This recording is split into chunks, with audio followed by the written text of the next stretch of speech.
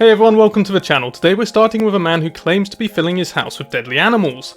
But what's really going on? Today, I'm gonna be buying the world's deadliest animals to try and keep as my new pets, including 10-foot-long snakes, venomous insects, sharks, and literally anything else you can think of. So admittedly, for a lot of reptile enthusiasts like myself, you'll get a pang of jealousy when you see this, because if I won the lottery, this is what I'd be doing. We literally have a pet seahorse now. I've always been fascinated with these guys. They are just so unique looking. I mean, look at this thing. He doesn't even look real. This is where it starts getting murky already though, because I look at a range of species, particularly the tropical fish, and myself, I'm terrible with fish. I know I'd be out of my depth. What concerns me even more is the fact that he doesn't seem to know how deadly, or not deadly in this case, some of the animals are. We only have one more left, and it was the scariest one. I decided to look this one up before I held it, and it's a good thing I did, because I found out that this was a vingaroon, and they are known for being able to spray acid out of their bodies. I'm sorry, but I'm not holding this one, so I'm just gonna dump him into his enclosure. There you go, buddy. A vingaroon is a type of arachnid that does technically spray acid, mainly acetic acid, which is pretty much like vinegar, and it's basically harmless to humans. I'd rate it as deadly as a cricket, perhaps. We have some poison dart frogs,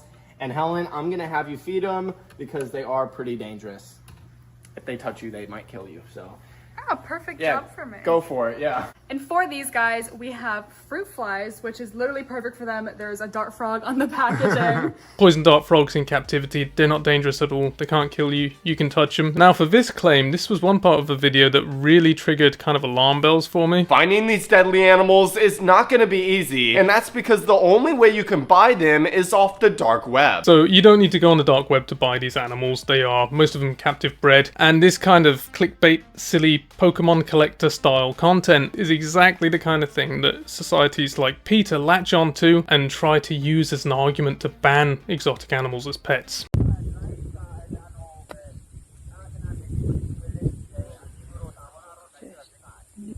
Yeah.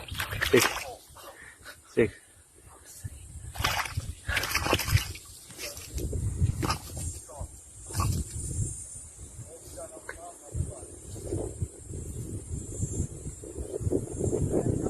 A male African bullfrog there defending its tadpoles from a turtle, and that was interesting because it's exactly the same response that new members get on a reptile forum when they try and ask questions.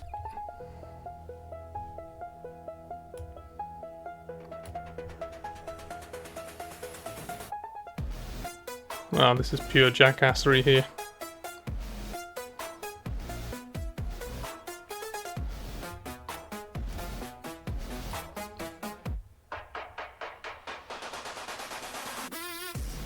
The next David Blaine. Thank God, I panicked for a minute there. I thought the snake wouldn't actually get him. Got a wet towel. Got my gloves. I should be wearing a long sleeve shirt, but you know, that's what it is. We need to get this girl back so that we can add more water to her terrarium. So we got a catch cup at the ready. Okay. All right, my love. Hey, honey, we're coming in. We're coming in. There we are. Okay, so the lid is now. So we're gonna just let her know we're here.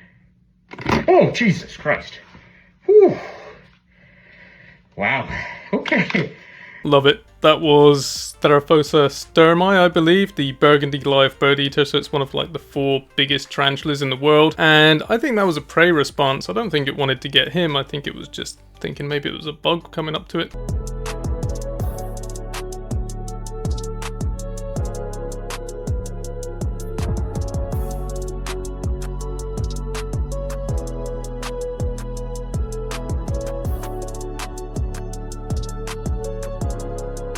Those are Asian buffalo leeches, and honestly not a lot surprises me anymore. Like, I'm open to keeping any kind of pet as long as it's, you know, safe for you and you know what you're doing. But what actually caught me off guard with that was that the guy says he feeds them with his own blood.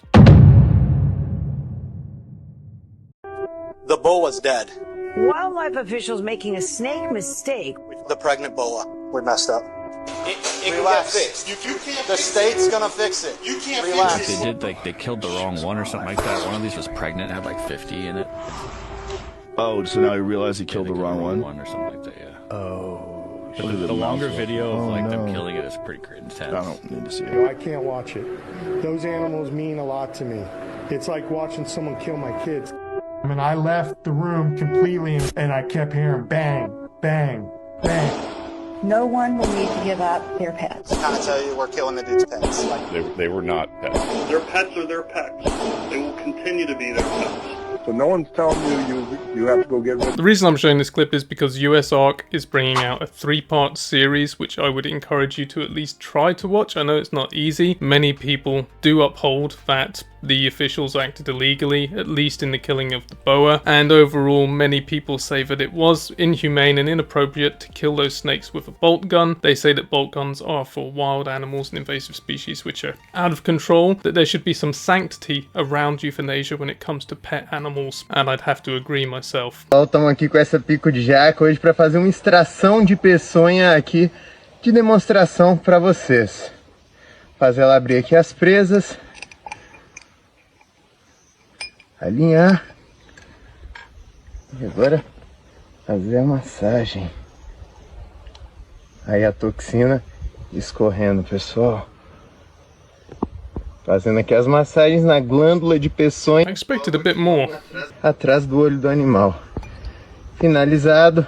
There he was performing venom extraction on a bushmaster. A lot of people claim that bushmasters have the longest fangs in the world. Overall, I'd say gaboon vipers do have fangs that regularly reach 2 inches or 5 centimeters, whereas bushmasters do sometimes, but they certainly are exceptionally large fangs for an exceptionally large viper. Trilhas em mata fechada, qualquer tipo de caminhada sempre interessante. Have you seen it yet? Estar de olho sempre onde pisa, porque esse bichinho, a surucucu pico de jaca, tem uma camuflagem incrível, mas ela não tá aqui para maldade, então quando vamos passando por ela, ela alerta antes de armar o duplo S. There he was demonstrating with another bushmaster the specialized tail tip they use to make that lovely rattling sound in the leaves, and the incredible camouflage. But what got me was that, okay, I saw it quite early and I knew it was there, but I still saw where its head was last. By the way, if you're enjoying this content, please do like and subscribe. I'd like this channel to make an impact, and I think that together we can.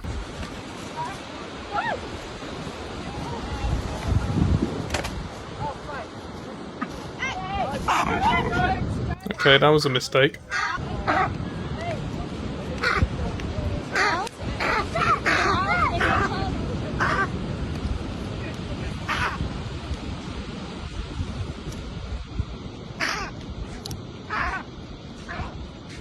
Baboons have got some serious canines. I wouldn't be going anywhere near it. What shocked me in that clip was when the kid comes running up. If there was a baboon anywhere near, I'd be grabbing my kid and getting them out of there. Have a go at this big taipan. Look at the size of it. It's like almost 7 foot long now. Doesn't have a very big head, but the taipans have got quite long heads, alright? So, just the shape of them. Massive fangs though.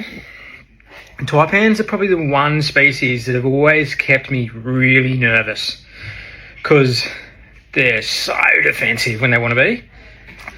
And, oh, he bit over the vial! Did you see that? Just bit over the vial. Wow. Not only was that a little bit scary, but that's a lot of venom when you take into account how potent taipan venom is.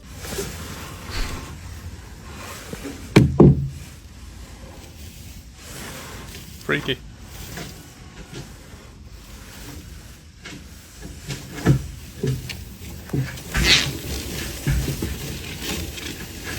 What we've just seen is a Chinese cobra with a genetic mutation that blocks the formation of most of its scales during development. So often these snakes have just a rubbery body, and then they've got a few ventral, labial, and circumorbital scales around the eye left.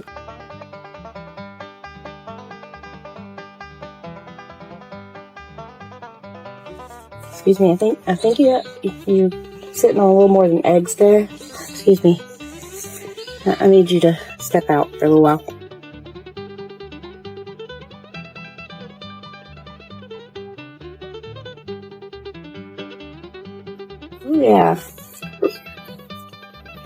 there. So how are we gonna go about this? Now you know why a lot of people call rat snakes chicken snakes.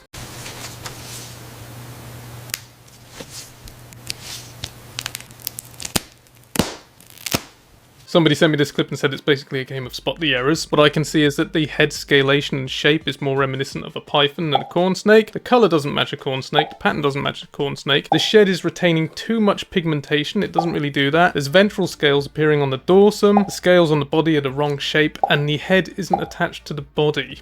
Call me Steve the Snake Guy. So I've done almost all of my snake research in Ontario, Canada. I've been known for snakes for quite some time. Ironically, I got started in turtles. So reptiles are my passion. Conservation of those reptiles is extremely important. And that's where my passion is.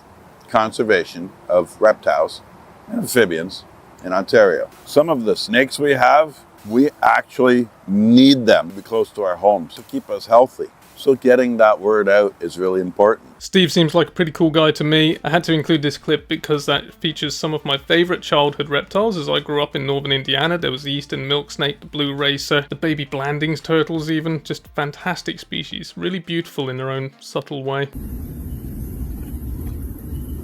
You want to know what's even scarier than that snake? A group of those snakes working together as a team. Meet the Cuban boa. This bad boy is the largest snake found in the Caribbean, getting over 18 feet long. That's a lot of nope rope. Not to mention, they have some pretty cool superpowers, like the fact that they can smell in infrared.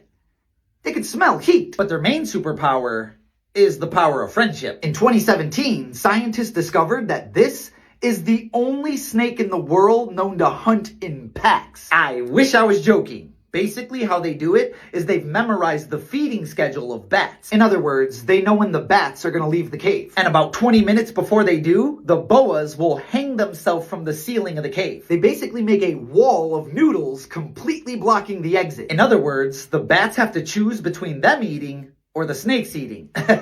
What a dirty game. Moral of the story, pack hunting snakes are a real thing. First of all, smelling heat, that's not a thing. What he's talking about is heat sense, and that's just their labial pits that they have. They're the only species in their genus, in fact, to have these labial pits. But the idea that they hunt in packs was from a peer-reviewed study. The question, though, is, are they really hunting in packs? Are they really planning this? Or are they staying out of each other's way, and therefore is the increased hunting success incidental? Now, a lot of people think peer-reviewed studies are holy and you can't question them, but you can question them, and scientists question them all the time. It's a little bit of a sneaky misinformation kind of thing online, where people say a peer-reviewed study says this, so you have to believe it. Every time people find out that I own hundreds of venomous snakes, I always get asked, do you even like life? And of course, I love life. That's part of the reason I do this.